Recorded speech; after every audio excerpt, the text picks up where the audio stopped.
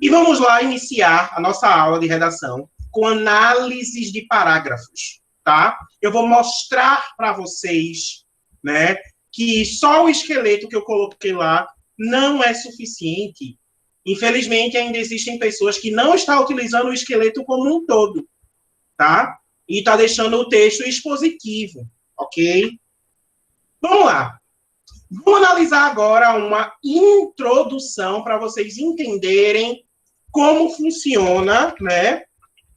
Uma introdução perfeita para o Enem. Vamos lá. Bodyline não me decepciona. Tópico frasal. Ah, professor, eu não lembro o que é um tópico frasal. O tópico frasal, galera, é justamente a frase inicial, certo? A frase inicial que você vai abrir o seu texto. Lá no esqueleto que vocês utilizam, esse tópico frasal é aquele de Isaac Newton, né? Conforme Isaac Newton, físico inglês, um corpo tende a mover-se, um corpo tende a estar inerte, até que uma força maior ou igual atue sobre esse corpo e mude sobre seu trajeto. Isso é o que a gente chama de tópico frasal, tá? Tópico porque é curto, frase, frasal porque lembra frase. Vocês estão vendo aí que o tópico frasal ele é bem curtinho. Não tem erro, tá? Vem agora a segunda parte da estrutura, que é justamente a contextualização do tema. A contextualização do tema, minha gente, é quando eu vou relacionar a frase do tópico frasal, ó. Quando eu vou relacionar a frase do tópico frasal com o tema que eu vou abordar na redação do Enem. Qual é o tema? O reflexo da escravização digital na sociedade brasileira. Eu vou precisar relacionar o tópico frasal com o tema da redação do Enem. Vamos ver se eu fiz isso? De forma análoga ao pensamento de quem, Daniel? Isso mesmo, Erich Fromm, psicanalista alemão. A escravização digital na sociedade brasileira. Qual é o tema? O reflexo da escravização digital onde? Na sociedade brasileira. Ou seja, consegui fazer bem essa contextualização. Vem sendo cada vez mais evidente devido à facilidade de compra e ao manuseio de ferramentas tecnológicas que, de forma incoerente, transformam os indivíduos dependentes dessas ferramentas, fazendo-os agir como máquinas que só funcionam quando estão ativas. Ou seja, eu contextualizei o que significa escravização digital. Eu trouxe o conceito de escravização digital. Peraí, tá vendo? Minha voz está falhando muito. Eu trouxe o conceito de escravização digital. Eu estou dizendo o que é essa escravização digital. Então, quando eu digo que os homens agem como máquinas em que elas, né, só funcionam quando estão ativas, isso é o mesmo que dizer que os homens dependem das máquinas para sobreviver. Deu para entender até aí? Comente aí no chat.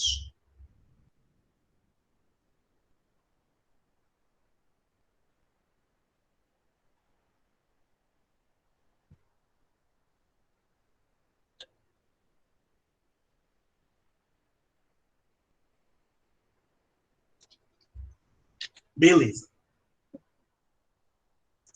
Vamos agora falar da contextualização da tese. A contextualização da tese, como eu tinha dito, é como se fosse o preparo de você, escritor, para a bomba que você vai soltar, que são as suas teses. Então, ó, mediante uma análise diacrônica, para quem não lembra, né, uma análise que vem através do tempo, faz-se necessário compreender melhor a complexidade dessa escravização por meio de suas causas. Em proeminência, e aí vem as teses, né? A globalização e o culto à tecnologia. Gente, todo parágrafo de redação tem que ter o seu ponto de vista.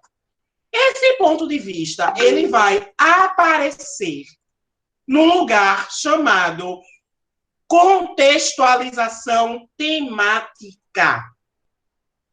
Tá? Contextualização temática. Não pode deixar de colocar o ponto de vista, porque senão o texto ele fica expositivo. Ponto. Não tem. Se não fizer isso, o texto vai estar expositivo e a sua nota vai lá para baixo. Não adianta. Não adianta, tá, gente? Precisa ter o ponto de vista na contextualização do tema. Quando vocês utilizam o esqueleto, vocês precisam utilizar da sua forma total.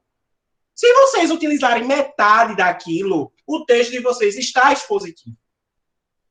A maioria dos textos que eu recebo de vocês, vocês não colocam argumento. Ou seja, vocês fizeram nada. Vocês não fizeram nada.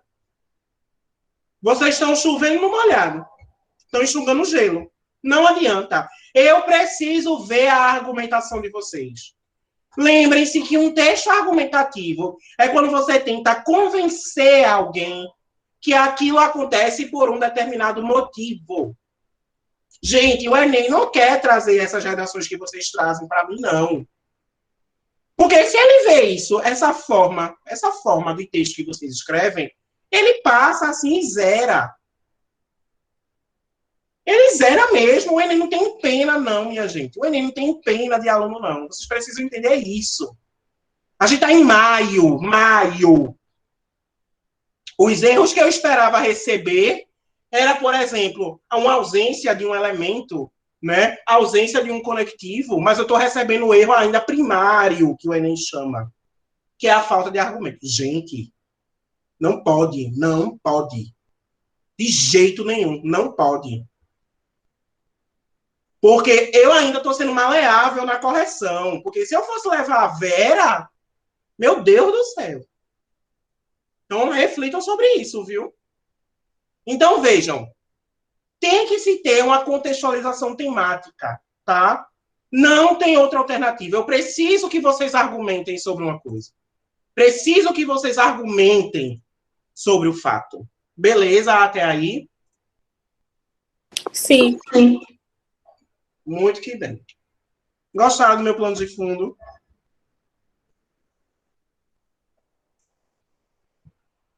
Continuando. Vamos analisar agora um D1. O que é que o D1 precisa ter para que ele seja considerado bom para o Enem, tá? Primeira coisa, vocês precisam retomar a tese. Qual é a tese, professor? Vamos voltar para ver. A globalização e o culto à tecnologia. Logo no D1, né? Vocês vão precisar retornar essa tese. Isso aqui é outro texto, tá? Vocês precisam retornar essa tese logo na primeira linha. Mediante uma análise diacrônica, as revoluções industriais e o advento do capitalismo, isso é uma tese, tá? São fatos necessários para entendermos as raízes da problemática. Ponto. Precisa, sim, se ter uma volta argumentativa e que logo na primeira linha se tem uma tese. Não tem erro. Não tem erro. Se não fizer isso, o Enem vai lá olhar. Gente, entendam. O Enem não é você dominar, tipo, palavras, dominar o tema. É você dominar a estrutura do texto. Esse é o segredo da redação do Enem. Se você dominar a estrutura, praticar a estrutura, meu amor, você vai longe. Porque eu não sou obrigado a saber tudo o que acontece no mundo. Mas eu sou obrigado a saber como funciona a redação do Enem. Eu não tenho escapatória, gente. Infelizmente, Nem eu, nem vocês têm escapatória. A gente tem que saber isso aqui, olha. Não tem erro. É a mesma coisa que matemática, a mesma coisa que linguagens, a mesma coisa que história, a mesma coisa que geografia. Tem que estar aqui, ó. É olhar o tema e dizer, não, meu professor me ensinou essa estrutura, eu vou fazer assim. Mas se não praticar, meu amor, caixão e vela preta. O que é que a gente pode fazer? Continuando. Dentro, né, do tópico frasal, essa tese ela precisa aparecer. Precisa. Não tem erro, não tem erro, tá? Se não aparecer, zero. Se aparecer, massa, parabéns. Ok? Depois que você fez a retomada da tese, tem que ter o repertório sociocultural, meu amor. Tem que ter uma alusão histórica, né? Tem que fazer uma homenagenzinha ali a Pantoja. Pode fazer uma homenagenzinha a Eric ali, a depender do tema. A Gabi, a Gabriel, enfim. Precisa ter um repertório sociocultural, gente. Precisa. Repertório sociocultural não é assim. Segundo a ONU, 50% das mulheres sofrem abuso. Gente, isso não é repertório sociocultural. Tá? Isso é fato. Isso é um fato. O repertório sociocultural é quando você explica aquele repertório. Vamos ver aqui? No século XX surgiu a quarta revolução industrial, fase das máquinas e tecnologias, a qual trouxe mazelas sociais em prol do capitalismo, como o consumismo exacerbado e o descarte incorreto e constante dos produtos inutilizados.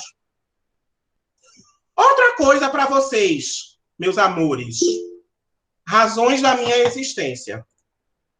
Oi, Tabata, diga aí. Professor, então eu posso entender que eu tenho que, um exemplo, se eu pegar um pedaço do texto e explicar esse pedacinho do texto, é um repertório sociocultural. Pronto, você chegou no ponto que eu queria chegar. Veja só, uma coisa é você parafrasear, certo? O repertório lá. Outra coisa é você copiar de forma integral.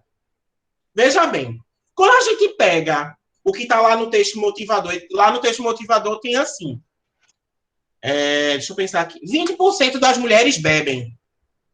Aí eu vou e faço isso, pego, aí coloco na redação. Segundo o Globo, 20% das mulheres bebem. Você copiou. Se você copiou, sua nota baixa, tá? Aí vem a questão da paráfrase. E se eu pegar e explicar, tá certo? Pronto, é isso que eu vou explicar agora. Você pode pegar o dado e fazer a explicação sim, sendo que tem uma ordem certa para isso. Se você quiser utilizar, por exemplo, o dado que está lá no texto motivador para fazer de repertório sociocultural, certo? Você pode sim fazer, desde que você parafraseie. Por exemplo, segundo o Globo, um quarto, eu vou botar 25% aqui para dar certo o cálculo, tá? Um quarto das mulheres no Brasil bebem. Eu não estou copiando, porque eu não utilizei lá o dado. Eu estou parafraseando. Agora, entrando a pergunta de Tabata, eu quero explicar esse dado. Como é que eu faço? Pode. Sendo que, antes da explicação deste dado, você precisa trazer um outro repertório no início. Por exemplo, vou pegar o exemplo que tem aqui. Não tem exemplo aqui, mas eu vou dar. Ó. No século XX surgiu a quarta revolução industrial. Tá lá. Aí tem lá no texto motivador, por exemplo, falando sobre lençóis freáticos, questão de consumismo, esse tema, tá? Gestão de resíduos. Aí lá no texto motivador tem algo falando sobre lençóis freáticos, aumento do efeito estufa e tal. O que é que eu vou fazer, professor? Eu quero utilizar esse dado. Porque eu gostei, eu sei que vai ter impacto no meu texto. Eu quero utilizar. Como é que eu faço? Você vai pegar o dado, mas você não vai utilizar ele como repertório sociocultural. Você vai usar ele como a validação do seu argumento. Tipo assim, diante desse fato, discutir acerca do capitalismo e da Revolução Industrial é relevante, devido a esse capitalismo influenciar de maneira deturpada esse consumismo exagerado e a ausência de consciência social na gestão de resíduos, no qual essa ausência é vista em ações como o descarte incorreto do lixo nos rios, acarretando na contaminação de lençóis freáticos e no aumento do efeito estufa. Ou seja, eu não estou copiando e também não estou utilizando como repertório sociocultural.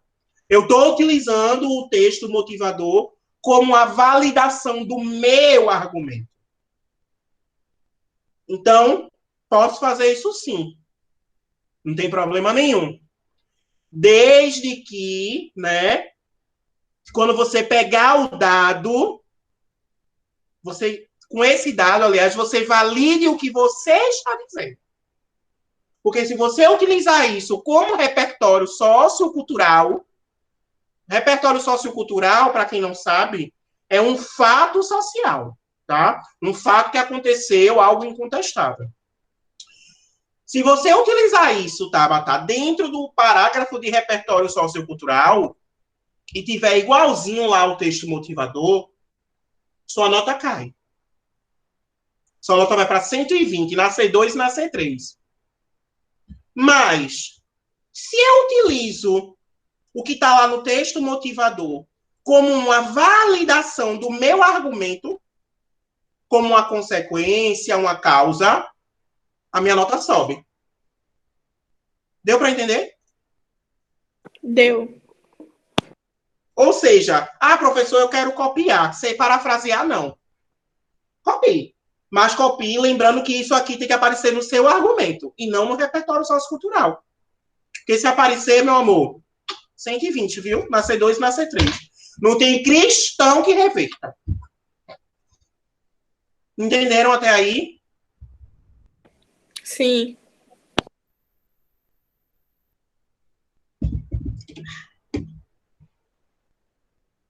Vamos agora analisar um D2. D2 fala sobre bullying. Professor, o desenvolvimento é tudo a mesma coisa. Tem um D1 e tem um D2. Mas você, por exemplo, você não pode repetir o mesmo repertório sociocultural. Porque se você repetir, sua nota é 120. Por falta de criatividade. Eu não posso falar qualquer coisa no D2. Porque sua nota cai também, 40 pontos. Então, tudo isso é dominar a estrutura, tá? Dominar a estrutura. Tem que ter a retomada da tese, ou seja, você trabalhou a primeira tese no D1, vai trabalhar a segunda tese no D2, tá? Tem que ter o repertório sociocultural, que tem que ser diferente do primeiro. Sei lá, no primeiro eu utilizei a alusão histórica. Eu posso utilizar a alusão histórica de novo? Poder, você pode. Mas você vai correr um risco de não tirar a nota máxima. Por quê? Existem diversos repertórios socioculturais. Você pode trabalhar a alusão histórica, você pode trabalhar os dados estatísticos, você pode trabalhar as exemplificações. Entendem? Então, você pode trabalhar frases, músicas, trechos de filmes, trechos de novela. Então, o que não falta é repertório sociocultural. Professor, e aí... Oi, meu amor, diga. No D1 e no D2, os dois têm que ter repertório sociocultural, né? Uhum. Nos dois. Precisa ter nos dois. Por quê? Imagine assim. D1. No D1 eu vou falar sobre... Deixa eu pensar aqui um tema, tá? Eu vou pensar 2 temas distintos. Vou falar sobre violência contra transexuais. Aí eu coloco lá um documentário como repertório sociocultural, argumento e finalizo. Aí meu D2 fala sobre violência contra a mulher. Mulher cis é a mesma coisa que mulher trans? Só tem a mesma ideologia?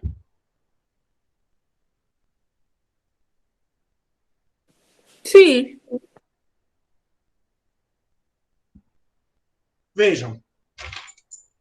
Quando uma pessoa se intitula transexual, ela está se intitulando mulher cis ou ela está se intitulando mulher trans?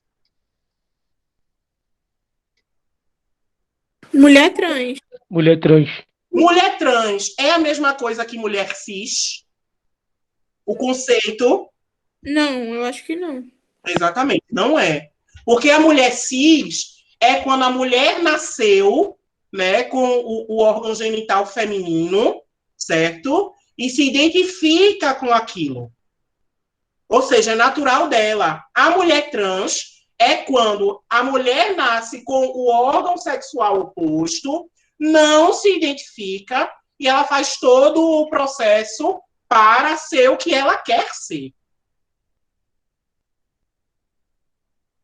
Tem duas pessoas que usam repertório na introdução. D1. Peraí, deixa eu ver aqui. Tem pessoas que usam repertório na introdução, D1, D2 e conclusão. Pode isso, vou chegar nessa parte também. Mas, de antemão, tem um parágrafo que não deve aparecer, tá, Dani? Não deve aparecer repertório. Mas, essa é a diferença. Eu não posso pegar um repertório que eu falei de mulher trans e utilizar num D2 sobre mulher cis.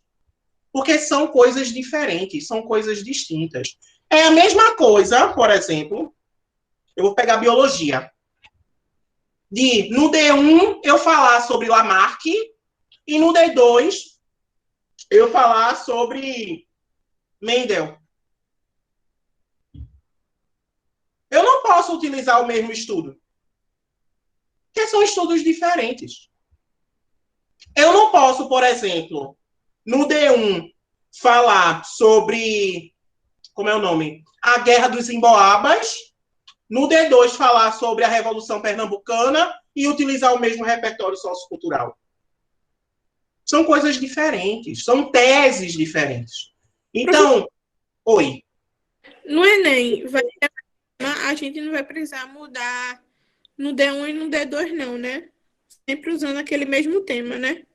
Sempre usando o mesmo tema. O que você vai utilizar são as teses. Por exemplo, tese é o seguinte. O tema é sobre bullying. Aí você pensa, tá, por que o bullying acontece? Porque as escolas incentivam, porque é cultura dos jovens, porque as escolas não fazem campanhas de conscientização a respeito. Tudo isso aqui que eu enumerei são causas, ou seja, teses. Então, são coisas diferentes. Por exemplo, eu dizer que a escola fomenta o bullying e a escola não traz campanhas de conscientização, são coisas diferentes, não é verdade? O tema é o mesmo, mas os motivos são distintos. Então, no D1 eu vou falar sobre o primeiro motivo, no D2 eu vou falar sobre o segundo motivo. Deu para entender? Entendi. Pronto. Continuando, né? Oi. Alguém falou? Foi eu, Danilo. Danilo. Boa tarde, primeiramente. Boa tarde. Então, quer dizer que teses e causa é praticamente a mesma coisa? Sim. Toda vez que você estrutura uma tese, na sua mente você está estruturando o porquê que aquilo acontece, ou seja, as causas. Entende? Entendi. Obrigado. Por nada. E aí, dentro desse repertório sociocultural aqui, do texto de bullying, que é um D2, tá? Eu utilizei a exemplificação. Professor, eu não lembro que repertório é esse de exemplificação. Vamos lá. Vocês concordam comigo que, quando eu falo o termo história, vocês já estudaram algo que já passou e que não acontece mais? Na teoria, tá, gente? Então, vejam.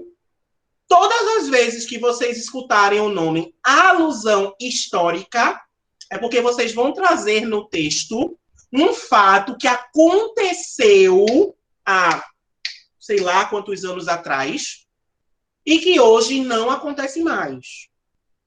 Beleza?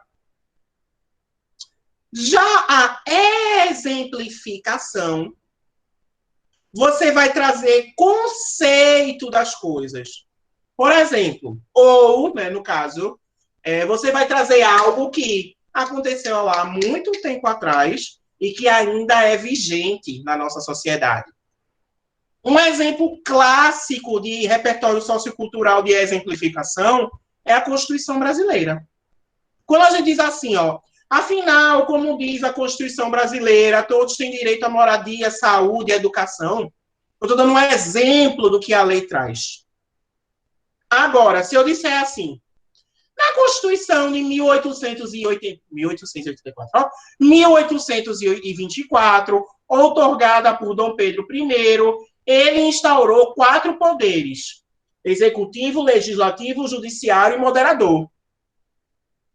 Se eu pegar essa Constituição e trazer para a nossa realidade, ela é válida? Eu acho que é. Tem poder moderador no governo? Se não tem, já não é mais válido. Ou seja, essa Constituição, ela está na história. Ela aconteceu. Mas isso não significa que ela é válida hoje. Uma coisa, minha gente, é eu me basear, por exemplo, naquela Constituição para criar uma nova. Outra coisa é eu pegar aquela Constituição integral e trazer para cá. Não tem como. Imagina se a gente pegasse a Constituição de 1824 e trouxesse aqui, ó, 2021. Vocês nem estariam aqui. Porque lá diz que a educação é só para a elite. Entende como não tem coerência? Então, a Constituição de 84, né, de 24, perdão, é algo que está lá. Aconteceu, mas ficou lá, graças a Deus. A exemplificação é algo que aconteceu há tempos atrás e ainda é vigente. Por exemplo, a Constituição de 88 não é a Constituição que rege nosso país até hoje? Então, eu posso utilizar ela como exemplo. Deu para entender, gente?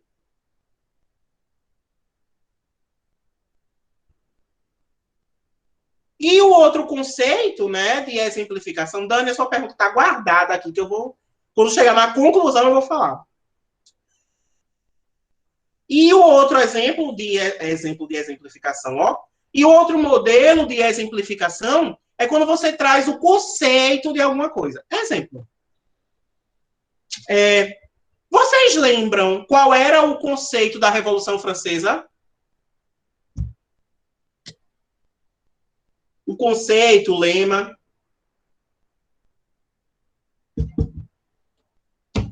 São três.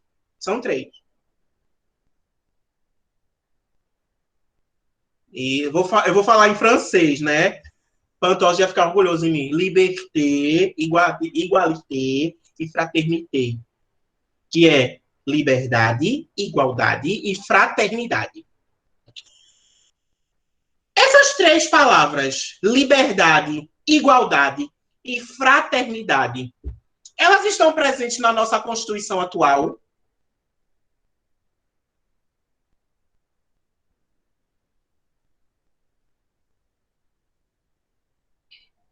Se elas estão presentes na nossa Constituição atual, e a nossa Constituição atual é o que rege o nosso país, eu posso utilizar, por exemplo, o conceito da Revolução Francesa como um exemplo para alguma coisa? Exatamente. Eu posso.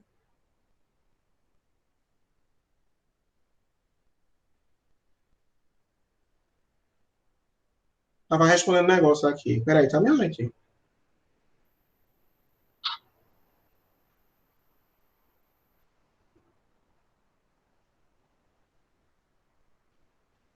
Gente, lascou. Uma amiga minha mandou um áudio chorando Ou se é alguma coisa. Já fico logo preocupado. Mas vocês conseguiram compreender, gente, o que é alusão histórica e o que é exemplificação? Deu para compreender agora tudo certinho? Beleza. E aí vem o argumento e o fechamento do parágrafo, utilizando uma estratégia de afirmação. Ah, professor, eu não lembro que estratégia é essa que o senhor deu, não. Vamos lá. Dentro do desenvolvimento, galera, existe o repertório sociocultural e a estratégia de argumento, tá? A estratégia de argumento é como você vai tentar convencer o corretor do Enem de que a sua opinião ela é chique, ela é válida. E aí tem 3 estratégias para isso. Tem a estratégia de afirmação, tá certo? Tem a estratégia de posicionamento contrário e tem a estratégia de causa e consequência. Vou explicar cada uma das 3 agora. O de posicionamento contrário é quando a minha opinião ela é de contra, né? Ela vai contra ao repertório sociocultural. Por exemplo, Moisés chega para mim e diz assim: ei, professor, eu tinha visto aí que 70% das mulheres, depois que foi instaurada a Lei Maria da Penha, começaram a ter coragem a denunciar as agressões. Aí eu vou olhar para ele e vou dizer assim: poxa, e a violência feminina diminuiu tanto assim, foi? Vocês acham que essa pergunta que eu acabei de fazer, eu estou me opondo ou eu estou a favor do que Moisés disse?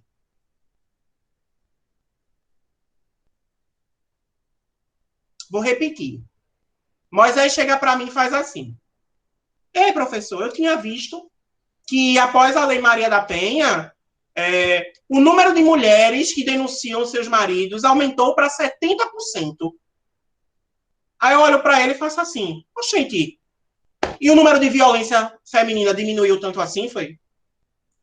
Vocês acham que esse meu argumento foi contra o que Moisés disse ou foi a favor do que Moisés disse?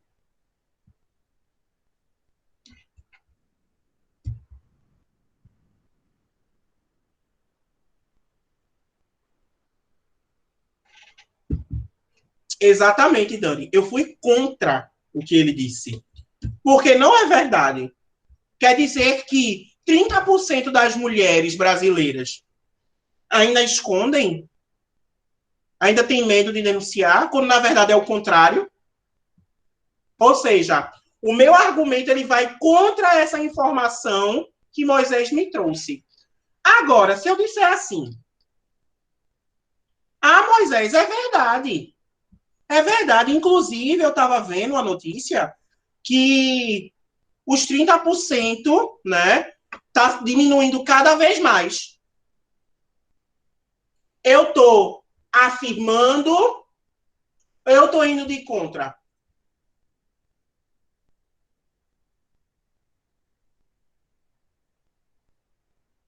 Exatamente, Dani. Eu estou afirmando. Exatamente, Moisés. Eu estou afirmando. Então, isso é a estratégia de afirmação. Eu vou afirmar, eu vou concordar com o repertório sociocultural. Ou seja, o meu argumento vai ser pautado, né, na afirmação desse repertório. O meu posicionamento contrário vai ser o contrário, ou seja, a minha opinião vai ser oposta ao repertório sociocultural. Deu para entender, gente?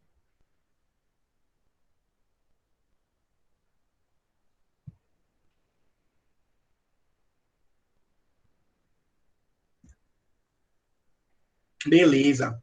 E aí eu vou falar agora da causa e da consequência. Esse é o mais fácil que tem, tá?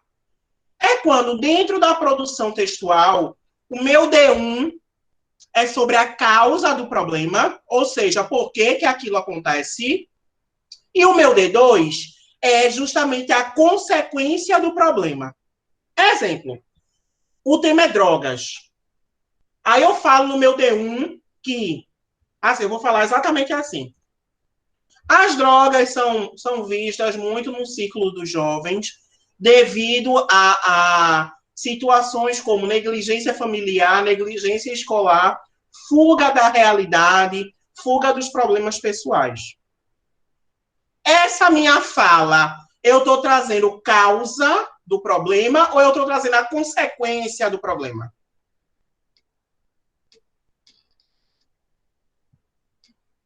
Exatamente, eu estou trazendo a causa do problema, a causa do que é porque as pessoas usam drogas. E aí agora eu vou falar o seguinte.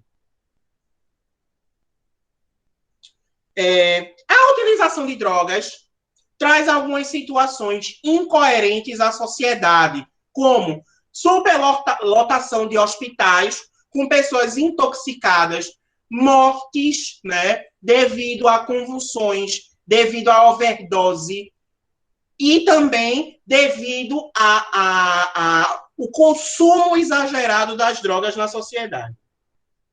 Isso que eu acabei de falar, causa ou consequência?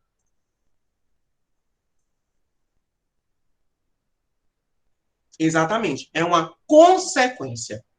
Conseguiram compreender o que é causa e o que é consequência agora, dentro do texto?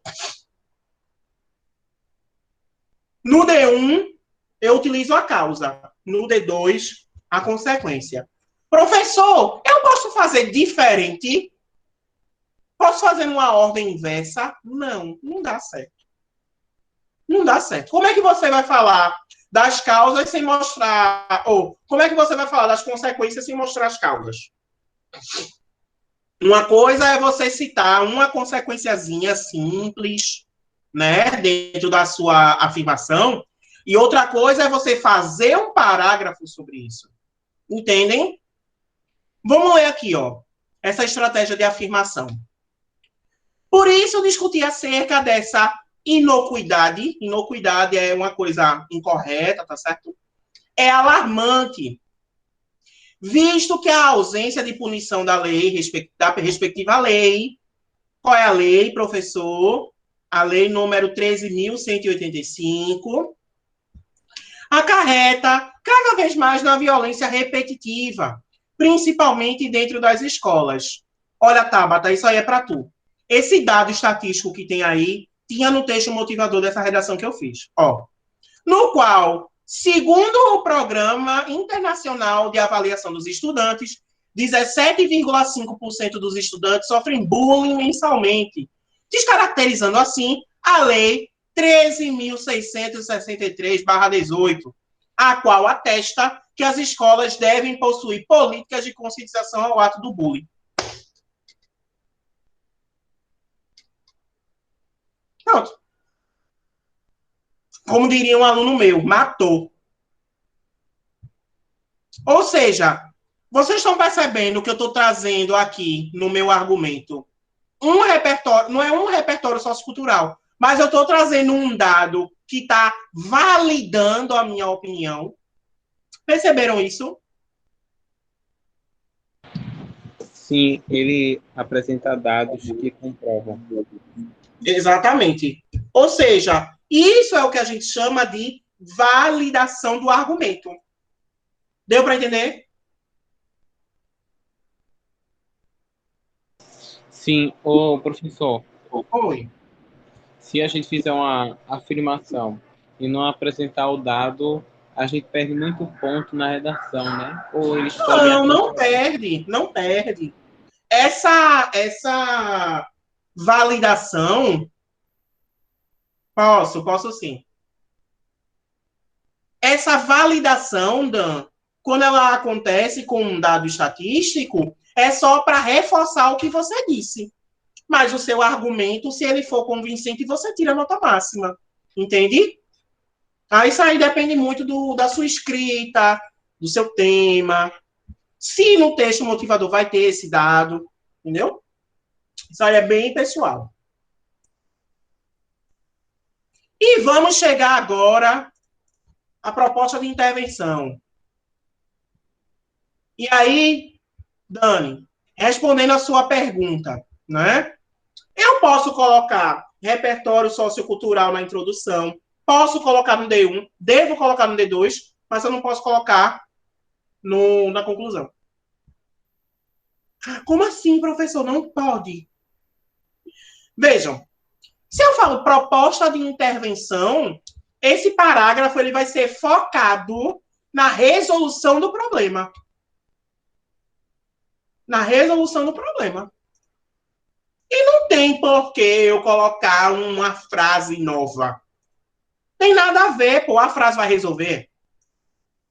Se eu disser assim, desculpem, tá? A expressão que eu vou usar. Mas eu digo assim, o professor faz cocô. Aí eu boto assim na frase. De acordo com o professor Daniel de redação, ele faz cocô. O que é que isso tem a ver, minha gente, com proposta de atenção? Nem fala. Tem nada a ver. Nada. Então, por isso que evitem, tá? Colocar. Quando chegar na aula de proposta de intervenção, eu vou dar umas dicas para vocês fecharem um texto bem bonito, para ser uma coisa bem chique, assim, tal.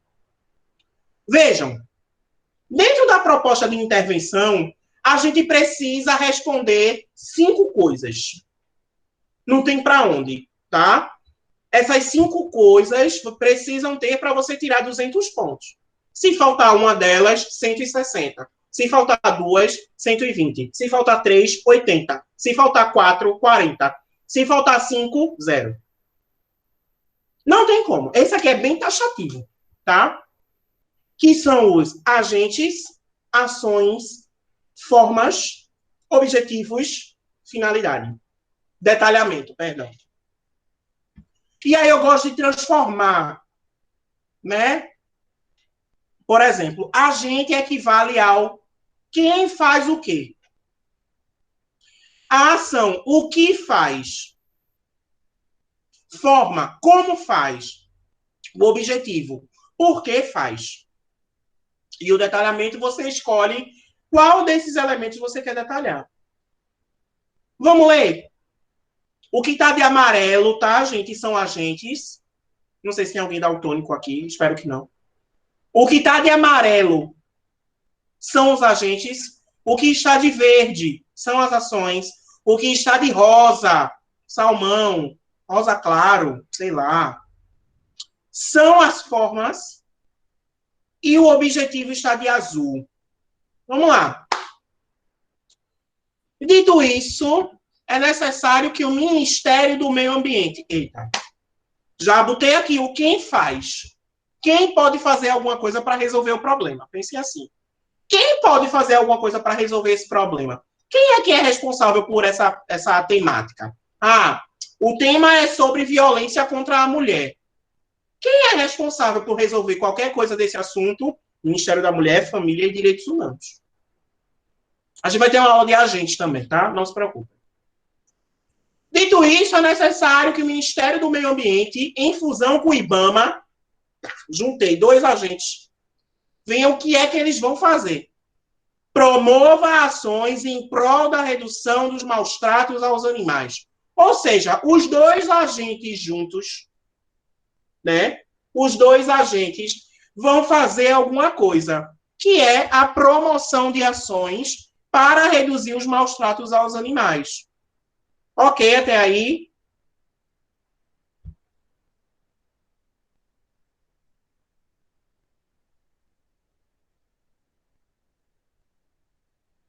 Vou continuar.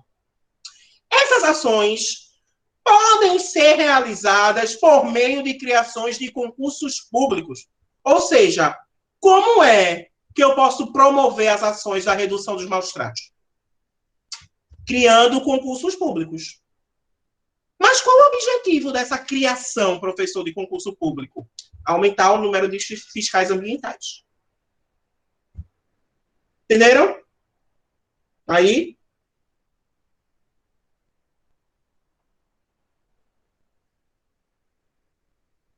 Ah, professor, mas eu coloquei todos os elementos. Tá bom? Não. Vamos colocar mais? Assim como aumentar os postos de denúncia de maus-tratos, ou seja, mais uma ação, além de promover ações em prol da redução, eles, o Ministério do Meio Ambiente e o IBAMA, podem também aumentar os postos de denúncia dos maus-tratos. Qual o objetivo dessa ação, professor? Proteger os animais. Ah, professor, tá bom. Tá bom não, meu filho. Vamos de novo. Com isso, a realização dos concursos e dos postos, e o aumento dos postos de denúncia podem ser executados pelo Ministério do Planejamento, Desenvolvimento e Gestão. Mais um agente. Mais um agente. Esse agente é responsável por divulgar os concursos públicos no Brasil, tá? Mas como é, professor, que esse ministério vai executar as ações anteriores? Com repasse financeiro. Ou seja, ele vai repassar dinheiro para os agentes praticarem suas ações. Tá bom, professor. Não, vamos mais. Em paralelo, ou seja, em um outro momento, em um outro lugar, o poder legislativo, mais um agente, poder legislativo, pessoa que revisa as leis, tá? Setor que revisa as leis. Ó, pode revisar as leis existentes. Uma ação referente aos maus tratos. Para quê, professor? Qual é o objetivo dessa revisão? Obter o total funcionamento dessas leis punitivas. Ponto. Talvez nunca... cheguei aqui no ponto que eu queria. Quando vocês chegarem na linha final da proposta de intervenção, nunca, sabe o que é nunca? Utilizem palavras como, tipo, certamente, de certeza, porque, veja só, você está dizendo que a sua proposta é a melhor que tem. Mas quem é que vai garantir que a sua proposta de intervenção vai resolver o problema? Vai acabar com o problema? Então, evitem utilizar palavras como, na proposta de intervenção, tá? Acabar, erradicar, sumir. Deixa eu ver outra aqui. Amenizar. Evitem usar essas palavras, tá? Elas são muito radicais. Utilize talvez, porventura. Porque quem é que garante que a sua ação vai resolver o problema? Então, ó, talvez, dessa forma, os maus tratos aos animais no país possam ser minimizados. Então, gente, a proposta de intervenção, ela é a mais fácil. A mais fácil de você tirar 200 pontos. Ah, professor, tenho 5 elementos. Tirou 200 pontos. Na minha redação tem 4 elementos. Tirou 160. Na minha redação tem 3 elementos. Tirou 120. Na minha redação só tem 2 elementos. Tirou 80. Na minha redação só tem 1 elemento. Tirou 40. Na minha redação não tem nada. 0. Não tem pra onde. Não tem pra onde. Deu pra entender? A gente ainda vai ter uma aula disso aqui ainda, tá? Não se preocupem. Só estou mostrando para vocês como é que uma proposta de intervenção possivelmente, boa pergunta, Dan. Possivelmente é um advérbio, tá, gente? É um advérbio de dúvida. Então, ela existe, sim. Mas, né, na redação, ela é utilizada... Tá aí a grande polêmica da redação do Enem. Possivelmente. Não pode ser utilizada. De jeito nenhum. Por quê? Possivelmente é um advérbio de dúvida, tá? É uma incerteza. E possivelmente é algo muito banal, algo muito informal, sabe? Ela existe, você pode usar, não tem problema nenhum. Mas na redação evite, tá? Na proposta de intervenção, evite utilizar. Utilize talvez, porventura, que é uma coisa mais... Como é que se diz? Trunks, vamos dizer assim. Uma coisa mais trunks. Entretanto e todavia, pode? Pode. Pode sim. Ô, professor, uma dúvida. Entretanto, é junto ou separado? Todavia, eu sei que é junto, né? Entretanto, é junto. Entretanto, é junto. Porque, vê só, quando eu digo assim, entretanto separado, é porque dentro de uma maioria, alguém está tendo destaque. Por exemplo, entretanto, morto e ferido, dança e salvou. Entende? Ou seja, entre uma coisa e outra, você está lá no meio. Isso é entretanto separado. Entretanto, junto, certo? É uma conjunção que a gente chama de conjunção adversativa, ou seja, indica oposto. Do tipo, Dan estuda muito, entretanto, tem dificuldade. Percebeu a diferença? A oposição? Então, entretanto separado é quando você está entre uma coisa e outra. O entretanto junto é algo que indica oposição. Vamos lá, crianças. Esse é o momento das dúvidas. Temos dúvidas?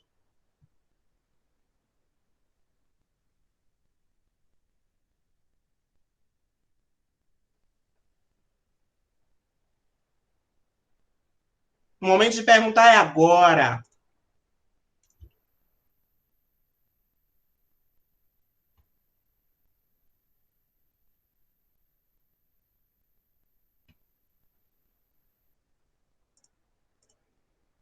Eu sempre fico pensando como utilizar o todavia. Dani, todas as vezes que você utilizar, por exemplo, uma conjunção adversativa ou um advérbio de dúvida, você pode utilizar o todavia. Ó, mas, porém, contudo, entretanto, todavia, são conjunções adversativas. Então, você, dentro de uma frase, pode utilizar quando você quer trazer ideias opostas. Exemplo. Dani estuda muito, todavia tem dificuldade. Ou seja, eu estou me opondo. Dani estuda muito, entretanto, tem dificuldade. Deu para entender? O todavia tem o mesmo significado de mais, porém, contudo, entretanto. Ok? Mais alguma dúvida, peoples?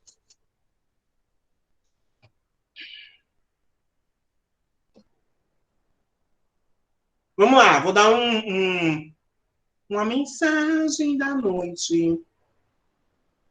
Vejam. A gente está aqui, galera, num momento muito crucial, né? A gente está vivendo diversas situações muito chatas, né? Que é justamente a questão da pandemia, nós estamos online, nós estamos em casa, indo para a escola e voltando, todo dia essa rotina de ir, voltar a estudar, ir, voltar a estudar.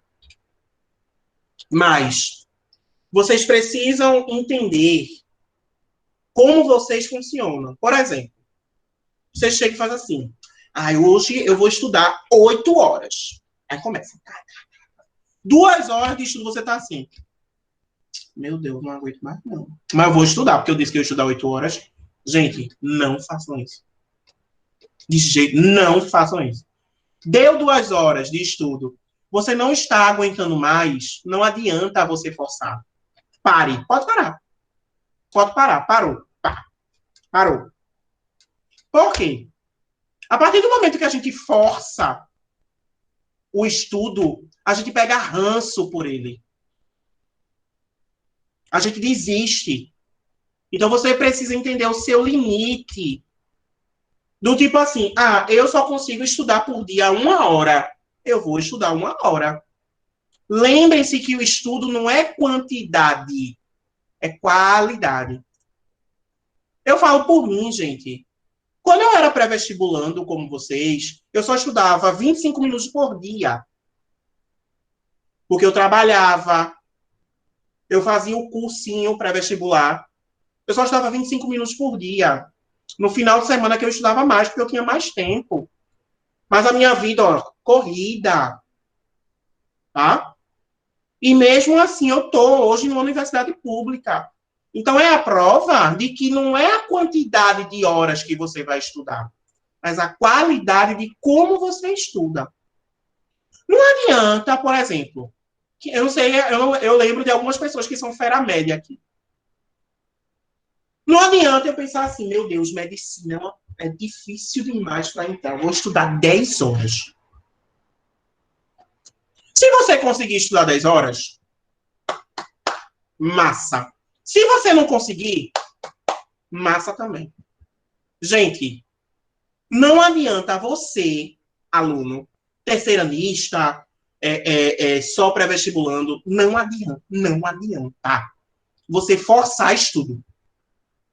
Não adianta. Quantas e quantas vezes várias pessoas chegaram para mim e disseram assim, professor, eu não estou com cabeça para fazer a redação. Posso fazer em outro momento? Deve. Deve. A cabeça de vocês, a cabeça da gente, galera, é como se fosse uma maquininha. Sabe aqueles carrinhos de fricção que a gente bota no chão e ele vai assim... E chega um momento que ele vai desacelerando e para. É a mente da gente, bebês. É a mente da gente. A gente começa, né? Aí parou. Como é que você vai ter força se você não aguenta mais? Entende? Então, isso é o que leva justamente à procrastinação. Isso é o que leva justamente a vocês desistirem das coisas. Isso é pra vida, tá? Isso é pra vida. Por exemplo, eu na universidade hoje, eu consigo fazer tudo. Eu tenho vida. Eu dou aula, eu estudo, eu trabalho, eu dou aula de manhã, dou aula de tarde, dou aula aqui, faço estudo, faço artigo, faço isso, faço aquilo. Muita gente pergunta, poxa, como é que tu consegue fazer tudo isso? Eu não consegue fazer metade. Porque eu sei o meu limite. Eu sei até onde eu posso ir. Por exemplo, ontem eu li um livro, né, que o professor passou para a gente fazer prova, de 722 páginas. Eu dividi essa leitura em 3 dias. Tinha hora que eu chegava na leitura e fazia assim, não aguento mais não. Fechava o notebook e ia dormir.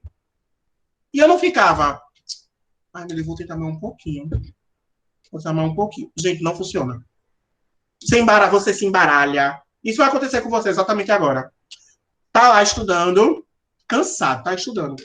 Aí começa a ver as letras tudo embaralhada, os olhos fecham, o olho pesa, você tem dor de cabeça. Isso não já aconteceu com vocês? Aí fica aquela pressão. Parece que tem gente falando no seu ouvido, dizendo assim, você tem que estudar, você tem que estudar, você tem que ser alguém na vida, você tem que estudar, tem que estudar. Gente, impõem limites em vocês mesmos, tá? É o conselho que eu dou. Impõem limites. Viu que, professor, hoje eu estudei só 25 minutos, estou me sentindo culpado.